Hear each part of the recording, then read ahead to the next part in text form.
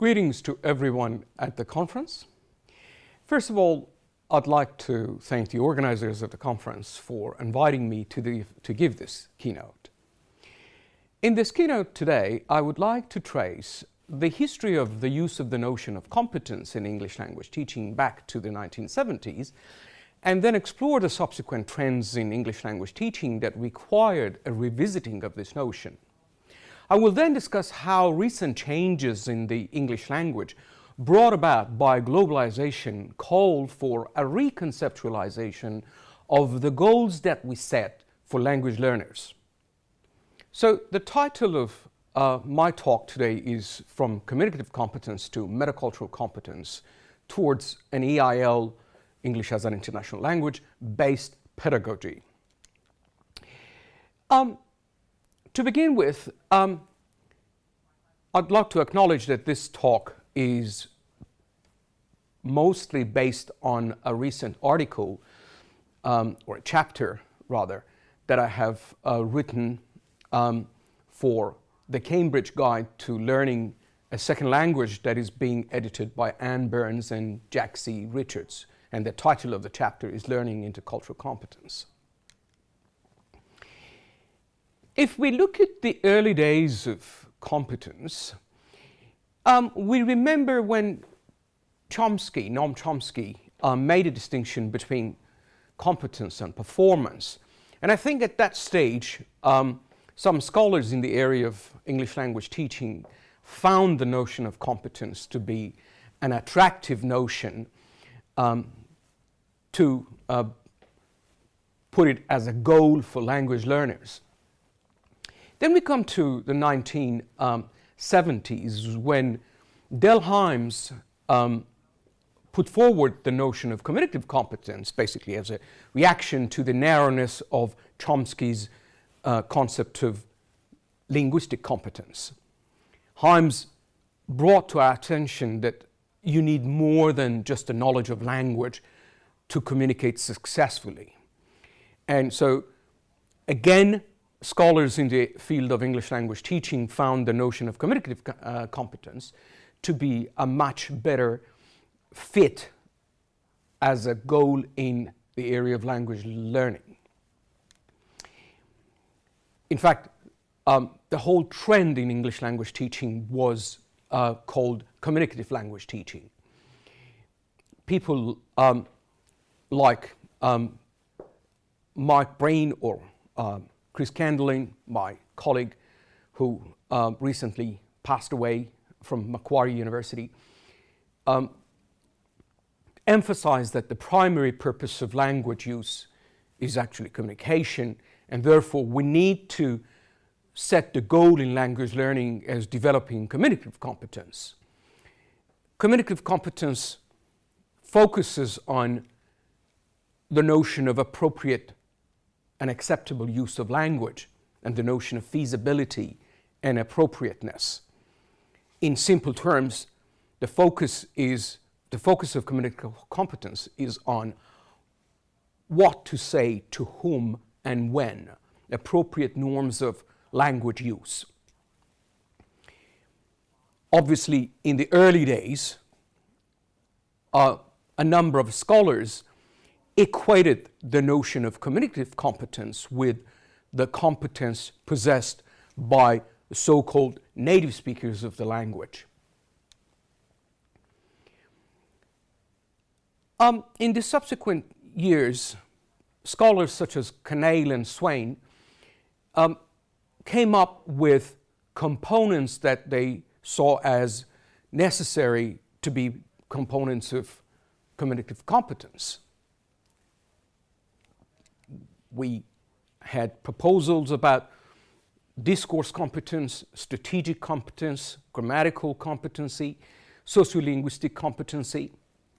We come to 1990, Lyle Bachman proposed components of language competence, particularly in relation to language testing. For Bachman, language competence included organizational competence, pragmatic competence, and organizational competence included grammatical competence, textual competence, and pragmatic competence included elocution, recompetence, and sociolinguistic competence. So more and more scholars try to come up with finer and fine-tuned components of communicative competence. We then come to around close to 2000s. Michael Byram, in the context of Europe, came up with the notion of intercultural communicative competence, or simply intercultural competence. Michael saw a need for an intercultural dimension to the notion of competence. Because, as he pointed out, language learning, second language learning, naturally involves exposure to and interactions with speakers from a different cultural background. In simple terms, intercultural competence for people like Michael Byram includes knowledge and skills that enable speakers to communicate effectively and appropriately with speakers from other cultural backgrounds. Components of Byram's model of intercultural competence include attitude, knowledge, skills of interpreting and relating, skills of discovery and interaction, critical cultural awareness and political education. And so, for example, in terms of attitudes, attitudes refers to being curious and open, being ready to suspend disbelief about other cultures and belief about one's own culture. As you can see, these are very broad sets of components for intercultural competence. As far as I'm concerned, they're very helpful, but they're very broad in terms of delineation of what does it involve in actual practice. How do you translate these into teaching materials or teaching practices? Spitzberg and Changnong reviewed in a chapter in 2009, they reviewed about 20 models of intercultural competence. So all of a sudden, around the first decade of the 20th century, we saw an upsurge of models of intercultural competence. As I said, in just one review, Spitzberg and Changnong reviewed 20 models of intercultural competence. Compositional models, according to Spitzberg and Changnong, are the ones that outline the components of intercultural competence, such as attitude, knowledge, and skills. But these models simply list the components of intercultural competence without elaborating the relationship between these elements.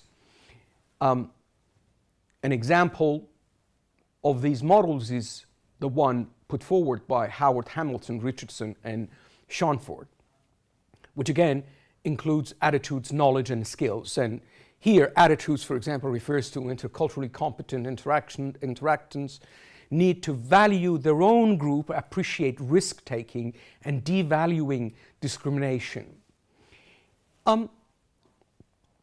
As we can see here, some of the skills and knowledge sets that have been identified here are quite broad. For example, appreciate risk-taking is a very broad attitude, whereas some other elements are very, very specific, such as ability to identify and articulate cultural similarities and differences. So they're quite helpful as far as I'm concerned, but as I said, there seems to be a kind of imbalance between the level of specificity of the components of these models. The next set of models are what Spitzberg and Chang-Nong called co-orientational models. These models focus on understanding as an outcome of the interactions between speakers from different cultural backgrounds. Spitzberg and Chang-Nong give Fantini's 1995 model as an example of a co-orientational model. In Fantini's model, the focus is on elements closely associated with linguistic processes and on the convergence in the worldviews of the speakers. According to this model, both are necessary for co-orientation, so kind of a harmony in the worldview of the speakers, which is the outcome of the interaction between the speakers from different cultural backgrounds. The next set of models are called developmental models. Unlike the other groups of models, these models emphasize the importance of time, both as an element within a given interaction. Of course, linguistic interactions take place in time, but also as a more longer-term variable where people need to develop competence. So competence requires time to develop. You don't just read a piece of text and develop a competence. So these models give recognition and acknowledge that you need time to develop competence. A very good example of these models is the one proposed by King, Baxter, and Magolda in 2005.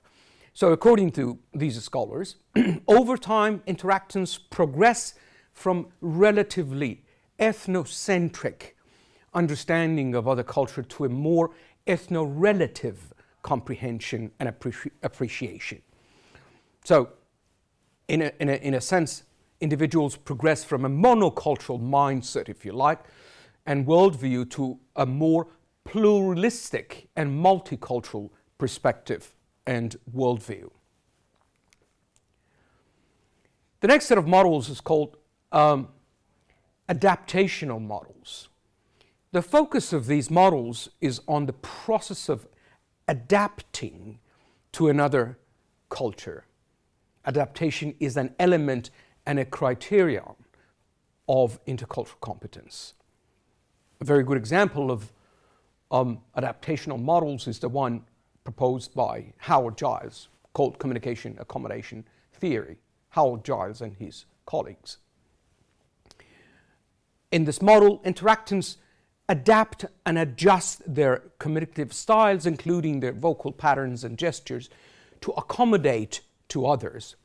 Obviously, when you think about this adapting to another group, you're implying that one group is more dominant, so the non-dominant group tries to accommodate to the dominant group in terms of their communicative styles. An important element of adaptational models is that they give recognition to the role of context and identity in developing intercultural competence. There have been other proposals for competence as well. Claire Cramsch and Whiteside proposed the notion of symbolic competence. According to them, social actors in multilingual settings in particular seem to display a particularly acute ability to play with various linguistic codes, with the various spatial and temporal resources, or resonances, of these codes. We call this competence symbolic competence. That's the quote from Cramsch and Whiteside.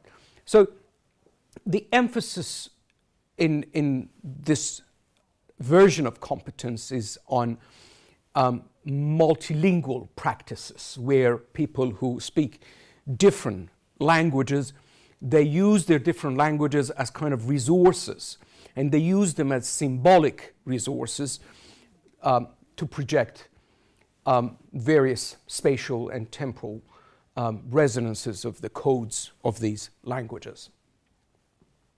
Ting Toomey proposed the notion of transcultural communicative competence, which refers to an integrative theory and practice approach enabling speakers to mindfully apply the intercultural knowledge that they have learned in a very sensitive manner.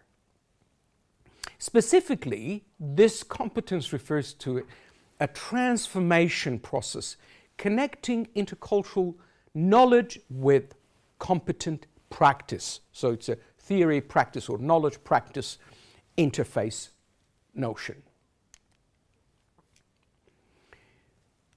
Critiques of these models of intercultural competence. Now, first of all,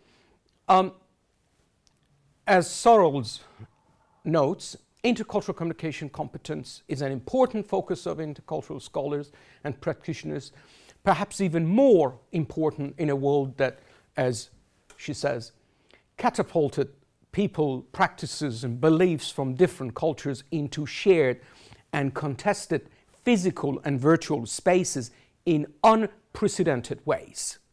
So globalization is bringing people closer to each other from different cultural and linguistic backgrounds and throws them together, if you like.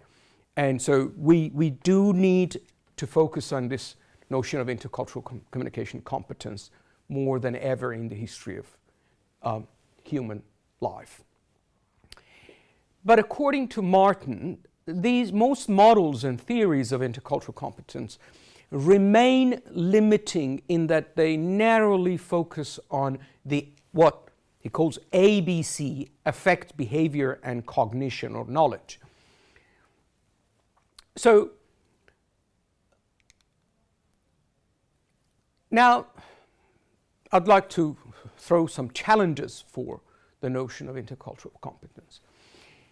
According to Spitzberg and Changnong, one of the issues involved, one of the challenges for the models of intercultural competence is that mostly they focus on cognition and they hardly ever address the notion of emotion.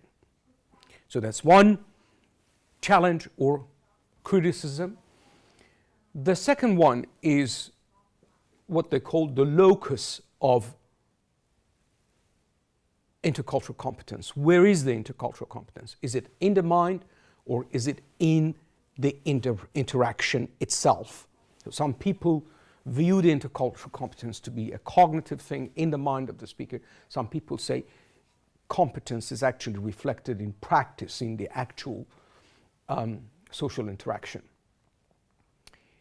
According to Spitzberg and Changnong, culture is a primitive theoretical term concerned with the enduring yet evolving intergenerational attitudes, values, beliefs, rituals, customs, and behavioral patterns into which people are born, but that is structurationally created and maintained by people's ongoing actions. As you can see, this notion of culture is very broad, and that's one of the major challenges for the notion of intercultural competence, that in most cases, culture, the notion of culture is defined in a very broad way. In some cases, in an essentialist way that stereotypes people. Arabs do this, Chinese do this. And so this has often led to criticism of the notion of culture, and in many cases abandoning of the notion of culture altogether. Now, I think now we have moved to a new era, that globalization has made significant changes to the English language in terms of demography, in terms of structure, and in terms of content. and geography as well. So many people have called the English language the language of globalization, as the English language has traveled around the world. It hasn't remained just one language, it has turned into many varieties of a language, or what we call today world Englishes. Speech communities adopt English to express their own, what I call cultural conceptualizations, and thereby they develop more and more varieties of English. And no matter what scholars believe or say, these varieties of English are legitimate as far as they express the cultural norms and values of their speakers, or the cultural needs of their speakers, and are associated with the cultural identity of the speakers. We call this new era in English language teaching English as an international language, rather than a language associated with the so-called native speakers of the language.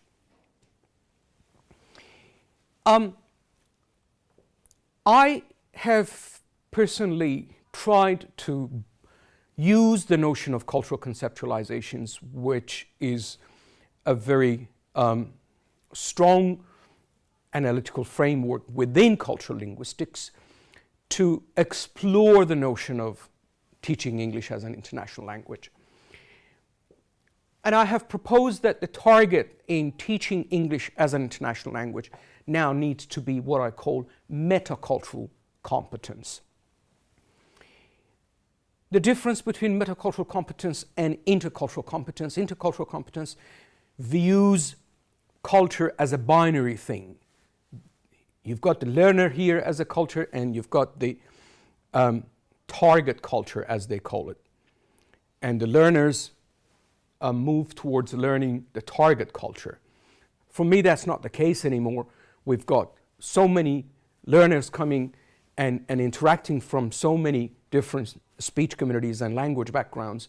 So the binary notion of culture, I think, is very limiting now. We need to revisit the usefulness of this binary notion of culture. And cultural linguistics provides and offers an alternative perspective, which, as far as I'm concerned, can be quite useful.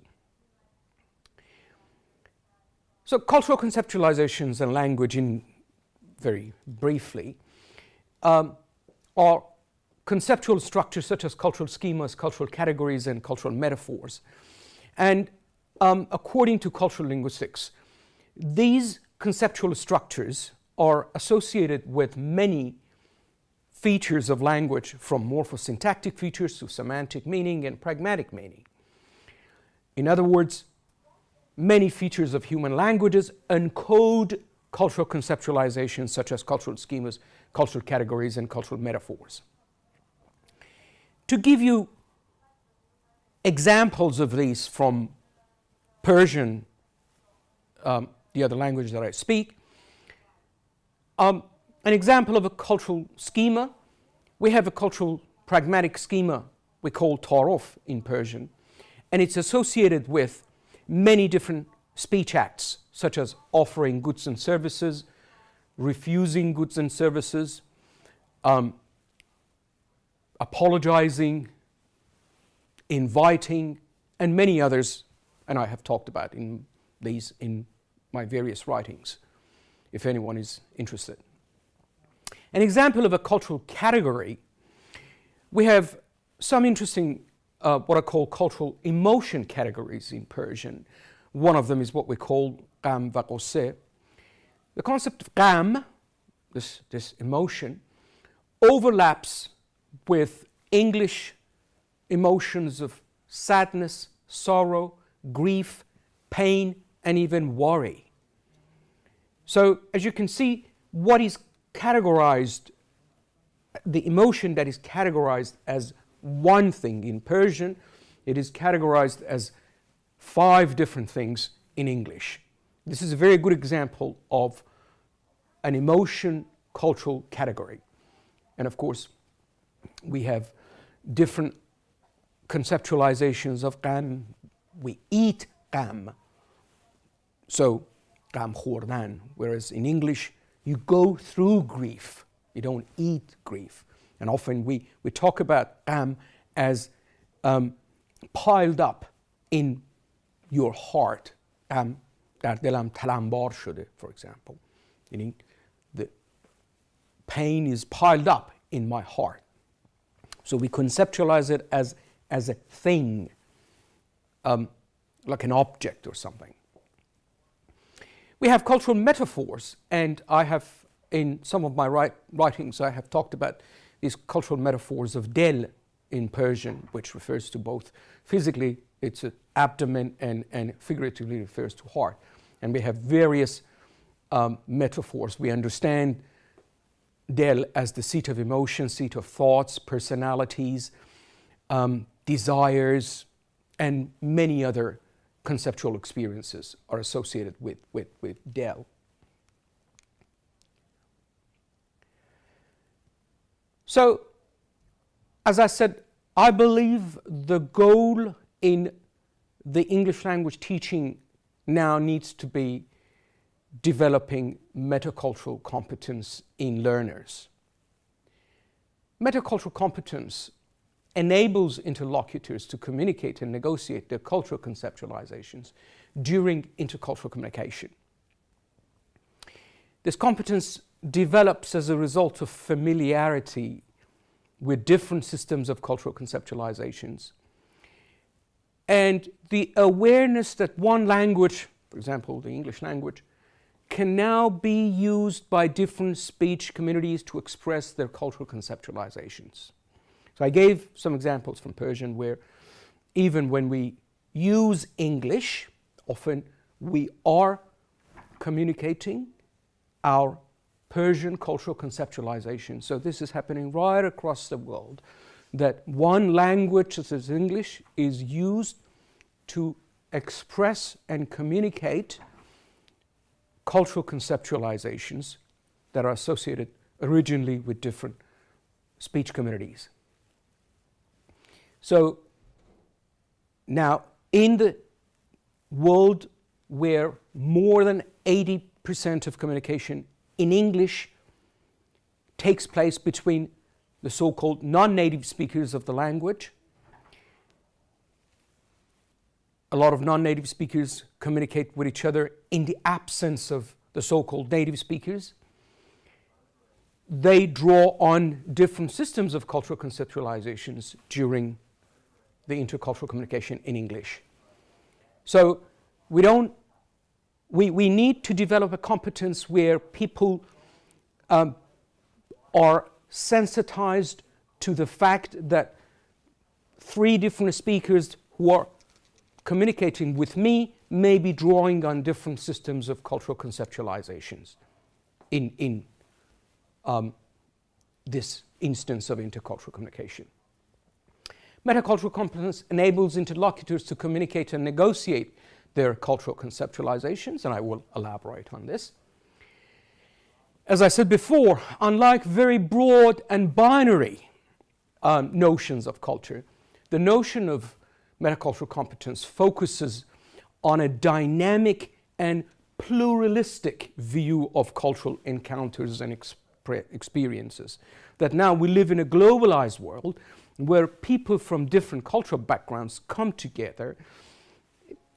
To give you a very good example, when I was in Malaysia recently, you've got people from Iran, you've got Indians, you've got Arabs, you've got Chinese. All sorts of backgrounds come together in a society like Malaysia. And there are a lot of other societies where the transcultural flows, migration, refugees, more and more societies are becoming multicultural and multilingual. And therefore, we need to move on from, as I said, the binary notion of I've got one culture and I'm going to be communicating with people who all have got a homogeneous cultural background, to a more dynamic and pluricentric, pluralistic view of cultural encounters and experiences. One of the advantages of metacultural competence is that the focus is not on culture as a kind of force of stereotyping and essentialist notion, but on cultural conceptualizations. And cultural conceptualizations are not totally shared by the speakers within the speech community. And I have said in my writings, I have emphasized that cultural conceptualizations are heterogeneously distributed across a speech community. And that's where often, for example, although people within the Iranian society, they may draw on the cultural schema of Ta'aruf, they don't exactly share this cultural schema, and that's where we have perceptions of impoliteness and say, well, you didn't do this, and I expected you to do this out of Ta'aruf, and the other person says, well, this is what I understand from Ta'aruf. So people don't have exactly the same internalization of this cultural schema, and that often leads to miscommunication and perceptions of impoliteness. There are different aspects of metacultural competence. So far I have talked about three aspects. One, conceptual variation awareness. Second one, conceptual explication. And the third one, conceptual negotiation strategies. Conceptual variation awareness refers to the awareness, as I said before, that a language like the English language may be used by different speech communities to express their systems of cultural conceptualizations. So, first of all, we need to begin to impart in language learners this awareness that the English language is no longer the sole property of American English speakers or British English speakers. It's used now even as a first language by many people across the world. Many Indian English speakers speak English as their first language. Malaysians do the same. Singaporeans do the same. And as we say today, everyone is a native speaker of their own variety of English. So a Chinese speaker is a native speaker of Chinese English. And again, as I said before, different varieties of English encode systems of cultural conceptualizations that may be different from each other. The second stage is what I call conceptual explications. This is where speakers make an effort, a conscious effort, to explicate the cultural conceptualizations that they draw on and that they think the other interlocutors may not be familiar with. This is very well reflected in instances where speakers of Persian try to explain to non-Persian speakers what Ta'aruf is. If you go and Google Ta'aruf, you can see that a lot of Iranians, diaspora Iranians living in communities outside Iran, they're trying to explain to others what Ta'aruf is and sort of to avoid misunderstanding with speakers of other varieties of English.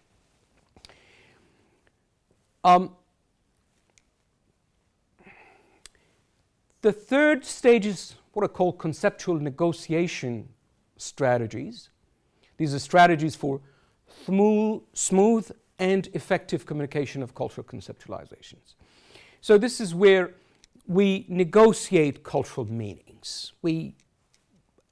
If we think there's something wrong in my understanding or I'm being offended at something, it's worthwhile saying, so what does this mean in your language? I remember, I spoke to someone years ago. It seemed to me that the notion of friend, I had a different understanding of the word friend, and he had a different understanding. And I said, so in your first language, what does it mean to be a friend?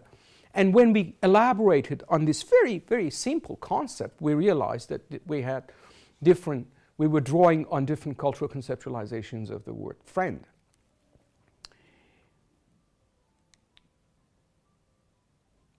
Now,